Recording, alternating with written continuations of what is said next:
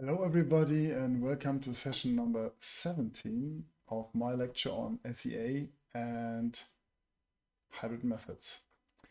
This will be a short session about mode-wave duality. All the, let's say, free field assumptions, they are quite easy to explain in the model of the random plane wave field, especially the excitation, or let's say how the radiation or excitation of random subsystem, because you might imagine that if you excite a random subsystem, you don't see any coherent reflection because it's damped out, or due to the fact that it's too far away, it could not be reflected in a coherent way.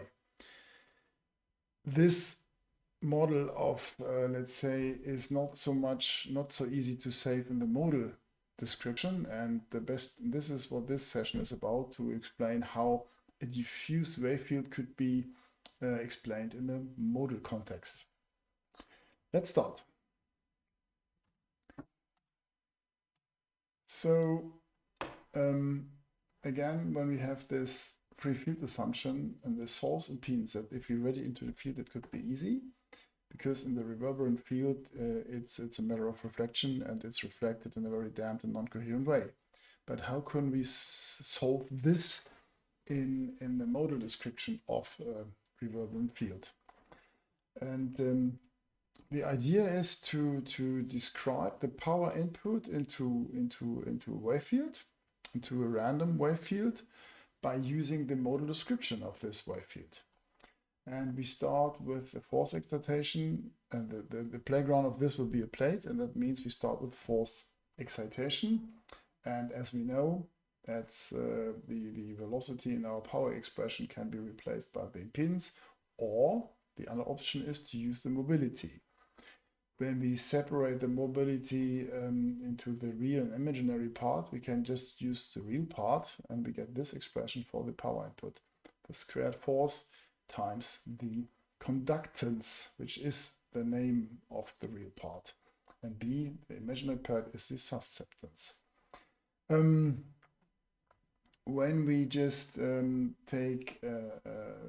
the modal systems, we can use equation 202, and this is the mobility expression for this. This is the mode shape.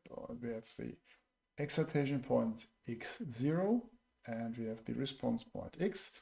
Then we get this modal sum expression that we can use. And this would be the modal solution of any plate. Most easiest one is the rectangular plate. So in order to get the real part of this, we have to rationalize the denominator, and that means this part has to be changed into a real expression. And if we do so, we got this expression for the mobility. And this denominator now is completely real, so that means we get the real part of the conductance out of this term. If we do so, and rewrite this on the second page, and we get the sum expression, and we separate those two terms into, this is what we call A, that's the first term here, and this is the so-called second term, and this is what we call the modal conductance, and this is the small g term. So as expressed like that, I mean, this is just the modal expression. The question is now, what we need is we have to simplify this modal conductance term further to work with it and to deal with the randomization.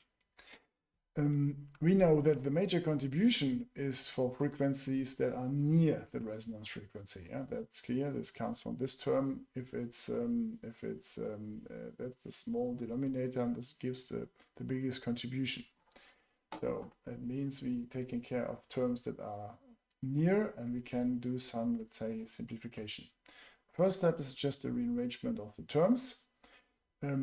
The next step is to use some approximation. So this is what we keep, and this is just around about this, quite similar to twice the actual frequency, and the rest is kept. Rearranging terms a little bit, we got an expression, we're using the Xi expression, and this simplifies this expression quite easily. Xi is a term that's the difference between the frequency and the modal frequency, and some damping and modal frequency expressions in the denominator. Good. So for further contribution, we just focus on one mode n, and we're looking into the ensemble average of this mode, the modal conductance at the modal frequency omega n. So we see here that in one realization of the ensemble, and we're looking at one specific frequency band where this mode may occur, they are distributed. So this is just a representation. The upper index is just showing that this is one representation of the ensemble, so one mode in the ensemble of available structural plates, for instance. And we assume an equal distribution. So that means all those different modal frequency, they are equally distributed over one specific frequency interval delta omega. The probability density that this lies into this interval, that's quite obvious, is now just 1 divided by this delta omega, because that is what follows from this equal distribution assumption. And from this, we can calculate the expected value of this modal conductance. This is just using the probability function that you find here, times the modal conductance value and integrated over frequency. We had this approximation of the modal conductance that we have derived on the slides before, using this psi term, and the good thing is that we can solve this integral, and then we get finally, for the expected value of the modal conductance, this relatively simple expression. So, in order to get a smooth average, we need the width of those peaks, which is given by they must be bigger than the damping loss factor times the frequency. So this is somehow also, I mean, if you remember that right, this is somehow linked to the modal frequency. If you divide it by that, that means it must be bigger than 1. So using this assumption, it means that the sum of all those Gn is just the number of modes that you have with large n, and the expected value of this, obviously, because they are all in the same range, they are overlapping, and then we can make this simplified assumption. So n is just the number of modes in this band.